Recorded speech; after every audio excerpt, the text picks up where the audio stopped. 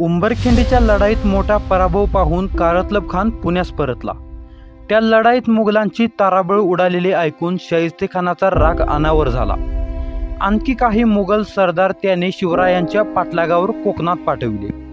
त्यापैकी सरदार बुलाकी याने पेनजवळ असलेल्या देयरी गडास वेढा घातला, परंतु मराठा सरदार कावजी कोंडाळकर याने हा वेढा मोजून काढला। मे 1662 मध्ये नामदार खान नावाच्या सरदारास शाहिस्तेखानाने उत्तर कोकणच्या मोहिमेवर पाठवले।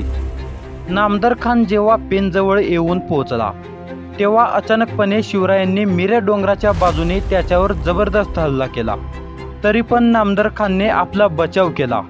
तेव्हा मोरोपंत पिंगळे व मोरो सोंदेव यांना नामदार खानाचा बिमोड करण्यासाठी शिवरायांनी पाठवले, परंतु नेमकं याच सुमारास सिंहगडावर काही फंदफितुरी झाल्यामुळे या दोघांनाही सिंहगडाकडे जाणे भाग पाडले। इकडे पुण्याकडे शाहिस्तेखानाने दहशत निर्माण केली होती।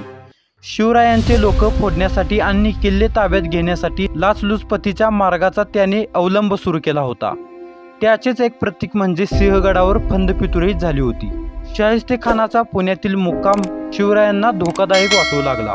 काहीतरी विलक्षण साहस करून शाहिस्तेखानाला पळवून लावायचे असे शिवरायांनी ठरविले। 5 एप्रिल 1663 रोजी मध्यरात्री निवडक सैन्य बरोबर घेऊन शिवरायांनी अचानकपणे लाल महालात प्रवेश केला। ते दिवस रमजान महिन्याचे असल्यामुळे दिवसभराचा उपवास सोडून शाहिस्तेखान त्याच्या कुटुंबातील सर्व मंडळी नोकरचार निद्राधीन झाले होते। शिवरायांनी लाल महालात म्हणजे आपल्याच वाड्यात प्रवेश केला होता। त्यांना वाड्याचे सर्व दरवाजे आणि दालने माहीत होती। अंधारातून शिवरायांचे मावळे चालत असल्यामुळे त्याची चाहूल शाहिस्तेखानाच्या लोकांना लागली। मग एकच गडबड उडाली, सर्वजण जागे झाले। पळापळ सुरू झाली। स्वतः शाहिस्तेखान याने पळून जाण्याचा प्रयत्न देखील केला। तेव्हा शिवरायांनी मध्येच त्याला गाठून त्याच्यावर तलवारीचा वार केला। त्याची परिणिती खानाची एका हाताची बोटे तुटण्यामध्ये झाली। जो तो जीव वाचवण्यासाठी मिळेल त्या मार्गाने पळू लागला। काही जण मराठ्यांच्या हल्ल्यात बळी पडले, काही जण शिताफीने निसटले। बघता बघता वाडा रिकामी झाला।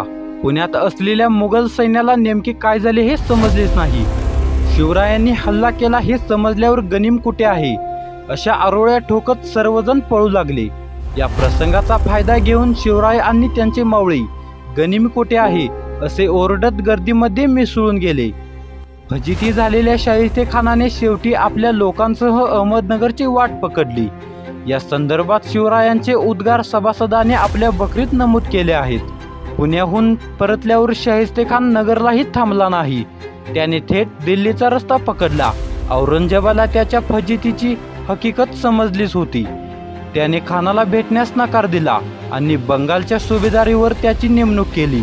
शाहिस्तेखानाच्या पराभवामुळे दक्षिणेत छत्रपती शिवाजी महाराज हे एक बलाढ्य शत्रू निर्माण झाले, याची औरंगजेबाला खात्री पटली। औरंगजेबाने शहाजादा मुअज्जम याला शाहिस्तेखानाच्या जागी दक्षिणेचा सुभेदार म्हणून नेमले। विलक्षण साहस आणि अद्भुत पराक्रम गाजवून आपल्या शत्रूंना चकित करायचे आणि स्वतः यशाच्या धुंदीत न राहता गोंधळून गेलेल्या शत्रूच्या प्रदेशात सतत हल्ले करायचे हे शिवरायांचे खास तंत्रच होते।